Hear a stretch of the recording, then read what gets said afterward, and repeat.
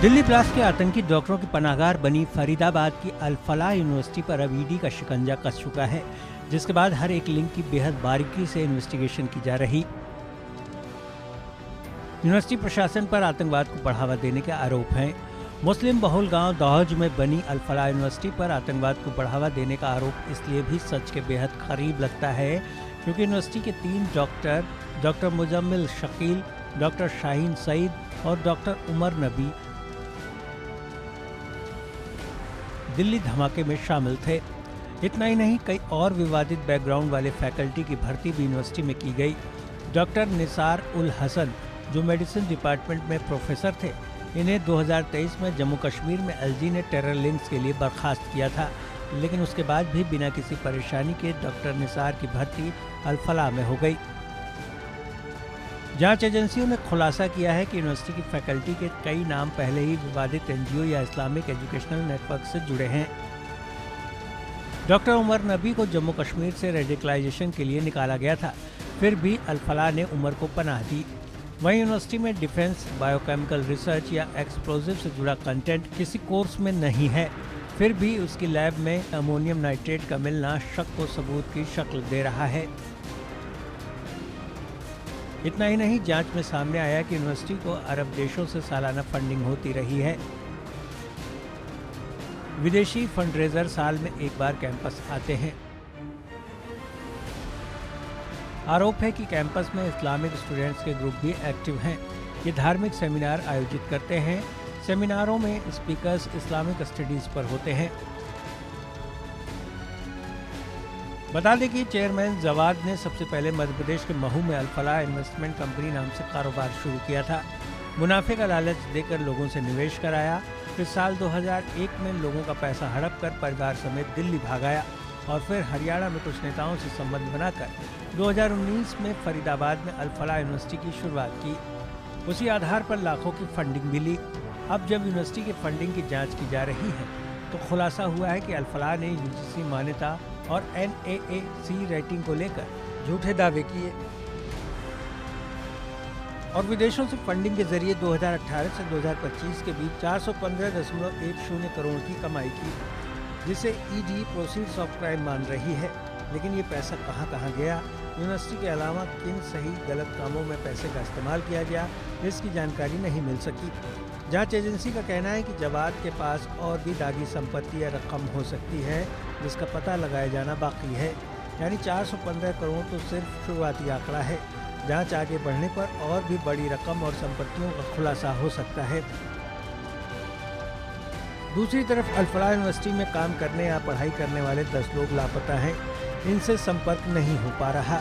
इनमें 3 कश्मीरी हैं, उनके फ़ोन बंद आ रहे हैं।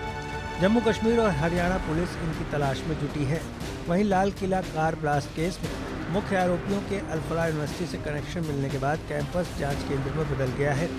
फिलहाल यहां 6 एजेंसियों ने अपने टेम्परेरी कमांड सेंटर बना रखे हैं।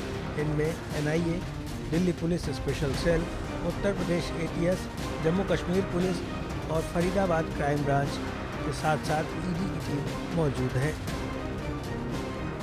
Bureau report, India news. तो आपने खास रिपोर्ट देखी। इस रिपोर्ट के माध्यम से आप समझे होंगे कि स्थितियां क्या हैं, किस तरीके से अल फलाह यूनिवर्सिटी के ऊपर कई सवाल खड़े होते नजर आ रहे हैं और इसी विषय को लेकर हमने सर्वे किया। इस सर्वे में हमने अपने दर्शकों से 5 सवाल पूछे। ये सवाल क्या थे और इन सवालों के आंकड़े क्या निकलकर सामने आए हैं, सर्वे के आंकड़े क्या कुछ निकलकर सामने आए हैं, वो आपको बताते हैं। सबसे पहले रुक करेंगे सवाल नंबर 1 का। हमने सवाल नंबर 1 जो दर्शकों के सामने रखा कि क्या अल फलाह जैसी यूनिवर्सिटीज देश को तबाह कर रही हैं, इस पर आपकी राय क्या है।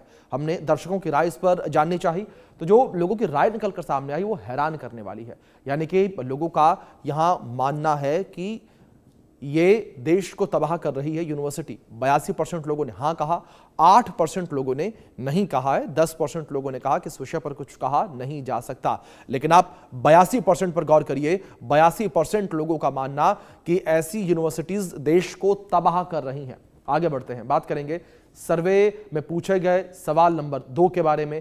सवाल नंबर 2 था हमारा कि क्रिमिनल बैकग्राउंड के लोग देश में यूनिवर्सिटी कैसे खोल लेते हैं, इस पर आपकी राय क्या है। अब लोगों की राय क्या निकलकर सामने आई है वो आप देखिए, ये आंकड़े क्या कुछ कहते हैं वो देखिए आप। यहां पर पैसों की ताकत पर 25% लोगों ने माना, राजनीतिक सपोर्ट के जरिए 70% लोगों का मानना है। ये आप देखिए, ये आंकड़े बड़े हैरान करने वाले हैं और डराने वाले भी हैं और परेशान करने वाले भी हैं कि अगर आपकी पैठ राजनीति में है, आपकी पहचान है, तो आप कुछ भी कर सकते हैं, भले वो देश के खिलाफ ही क्यों ना हो। अब आगे बढ़ते हैं और रुक करेंगे अपने सवाल नंबर 3 का। और हमने अपने सर्वे में तीसरा सवाल पूछा कि यूनिवर्सिटीज मैनेजमेंट के समर्थन के बिना क्या आतंकी साजिशें संभव हैं। इस पर आपकी राय क्या है, इस पर भी हमने अपने दर्शकों की राय जाननी चाहिए। तो इसके आंकड़े किस तरीके से निकलकर सामने आए हैं वो आपको दिखाते हैं।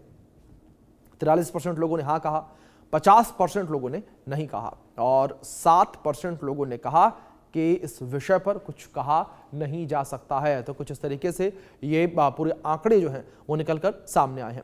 अब आगे बढ़ेंगे और रुक करेंगे हमारे सर्वे में पूछे गए सवाल नंबर 4 का। हमने सवाल नंबर 4 पूछा कि क्या सभी शिक्षा संस्थानों पर कड़ी निगरानी का वक्त आ चुका है। इस पर आपकी राय क्या है। अब इस पर लोगों की राय क्या निकलकर सामने आई है वो आपको बताते हैं। उसके आंकड़े ये आपकी स्क्रीन पर। अब 93% लोगों ने हाँ कहा, 5% लोगों ने नहीं कहा, 2% ने कहा कुछ कहा नहीं जा सकता। लेकिन ये बड़े आंकड़े हैं। 93% लोग कहते नजर आए हैं कि हाँ, सभी शिक्षा संस्थानों की जांच होनी चाहिए। आगे बढ़ेंगे और रुक करेंगे हमारे सर्वे में पूछे गए आखिरी सवाल का और इसके आंकड़े क्या कहते हैं उसका। आतंकी सोच से कॉलेज के युवाओं को कैसे बचाया जा सकता है, इस पर हमने लोगों की राय जाननी चाहिए और लोगों की राय क्या निकलकर सामने आई है वो आपको बिग वॉल पर बताते हैं। ये आंकड़े आपको हम बताते हैं कि किस तरीके से आंकड़े निकलकर सामने आए हैं। तो ये सवाल, इसके आंकड़े ये अब स्क्रीन पर। समय समय पर काउंसलिंग जरूरी है, 42% लोगों ने ये कहा है।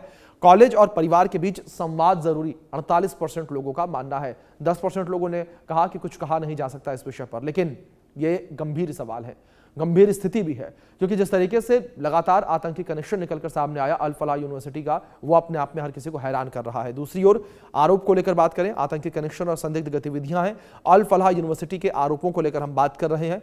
अरब देशों से अवैध फंडिंग ली गई, यह भी एक बड़ा और गंभीर आरोप है कि अरब देशों से जो अवैध फंडिंग है वो भी ली गई है।